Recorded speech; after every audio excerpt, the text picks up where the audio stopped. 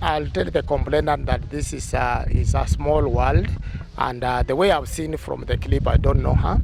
She's very young, and people will always stumble on your toes, but I believe forgiveness and trying to talk things out will always be appropriate going forward, and putting a lot of emotions in a matter that can be sorted out will also see her career being propelled upwards.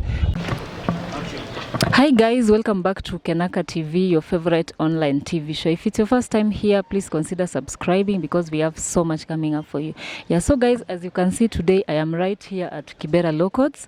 We have come to do some follow-up on the issue of this guy has been trending online about some allegations that were put against him. It's the issue of Mungai Eve and the other guy who many people have termed him as fake GSU officer. So we are right here at Kibera Low Courts. There were some court proceedings, and beside me here is the lawyer for the guy, and we want to hear from him so that he can tell us one or two things about how far is the situation, what is happening, and maybe he'll tell us more. So hello. Hello viewers. How are you doing? I'm fine. I would like you to introduce yourself because definitely there's someone here who's seeing you for the first time. Yeah, my name is Muhati Apala. I've been an advocate of the High Court of Kenya. I've been instructed by the family of Cyprian Muendo, aka African Beast, to appear and represent the family and to represent the accused person in the case that is currently at Kibera Court.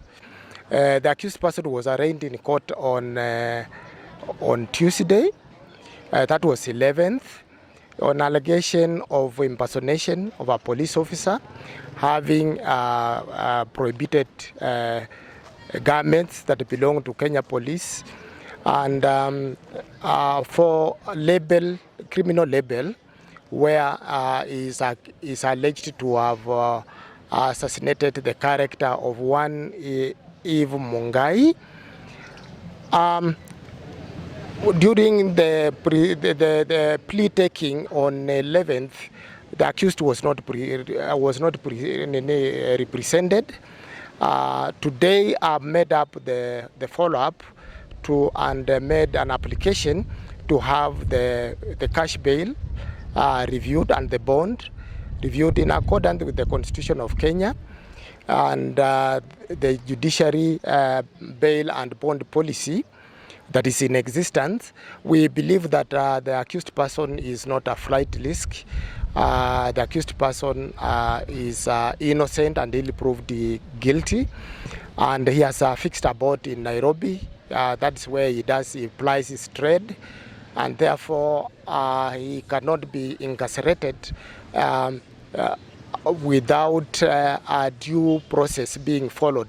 So we are here to have the court review that bail and bond, and we are asking the court that this is a person who should be released on a free bond, and he will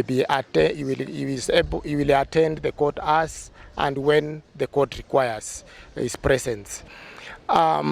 We have looked at the charge sheet, we have looked at the clip, and we have very strong views that the same has been construed to have emanated to have criminal elements in the presentation, but it is our view that is a comedian and the intent is lacking. As you know, all the crime must have the intent, that is the mens rea and the acta reus, and we feel that this was done on a lighter note. As concerned the police uniform, this is an actor, and probably he didn't know that it was serious to act in a police uniform, because all along we have seen people act in police uniforms, and this is something that can be relooked at by the prosecution. We have made an arrangement and gotten direction that he will be presented to court on 18th, that is on Tuesday, when we'll orally make that application that he be admitted to reasonable bond and bails. Maybe one question. People have been saying actually online that maybe this is something that maybe people didn't expect it to go this far. Some people are saying that this is something that can be easily forgiven. Maybe what's your take on that as a professional? As a professional, these are friends. They share common friends. They share common group, and this, we are wondering why it had to reach to this stage when the friends could have actually intervened and reconciled the parties, and if there was any difference, it would have been sorted out. And we will be attempting to make sure that the parties will reach out to the lawyer now that have instructions, the lawyer for the complainant, so that we can be able to find a way of sorting these issues outside the court. And I will encourage the parties to soften. Perhaps it was hunger at that particular time, but now the parties have cooled down and they can be able to negotiate. I'll encourage the friends also to intervene so that these issues are sorted out of court. We will have an attendance in court on Tuesday, and I encourage the parties to come so that they can attempt at that particular time to see the way forward. So as at now, maybe you would like to make some clarification, like where is the accused currently, what is happening, and maybe what is the next step from here? The accused is at the remand prison in industrial area, where he's incarcerated, pending the fulfillment of the terms and the bail that were given. That was a 300 bond, and which include a surety, and 200 cash bail. We submit that the accused person cannot be able to raise that particular that kind of money, and that's why we made a review from here, and then we expect on Tuesday to make that application. And we are hopeful we'll get the reasonable terms and bail under the circumstances I've already mentioned, and therefore we would be able to get the accused out so that we can be able now to pursue the outside the court. Maybe as we complete, what message do you have for the complainant? Maybe as according to the current situation, maybe what would you tell her? I'll tell the complainant that this is a small world, and the way I've seen from the clip, I don't know her. She's very young, and people will always stumble on your toes, but I believe forgiveness and trying to talk things out will always be appropriate going forward, and putting a lot of emotions in a matter that can be sorted out will also see her career being propelled upwards. We also want to also advise our client that also to calm, to humble, so that we can be able to sort out these issues. It's not a big issue, and perhaps it could end on that 11th Tuesday.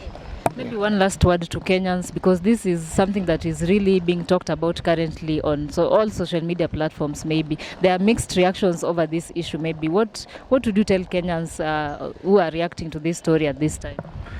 I want to tell Kenyans who are reacting to these stories negatively that this could, and I'm using the word could be a mistake or allegations that are bordering on libel, but I want to tell them that to always give persons a second chance, advise the parties, as we have seen some positive advice to the parties who have overreacted, perhaps, and always when they are posting the things on the internet, they make sure that those things meet the requirement of not being libel or character assassination,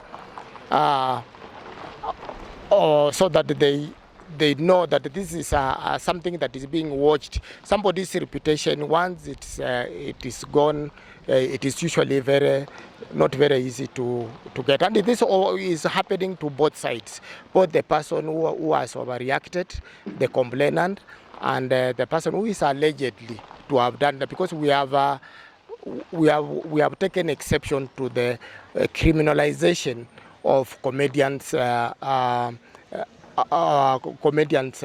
career, and we will discourage police to keep off that kind of those kind of exchanges in the social media, because as we have seen and we have recorded, that that is what comedians and celebrities do to propel them out of space, and therefore they should not be criminalized.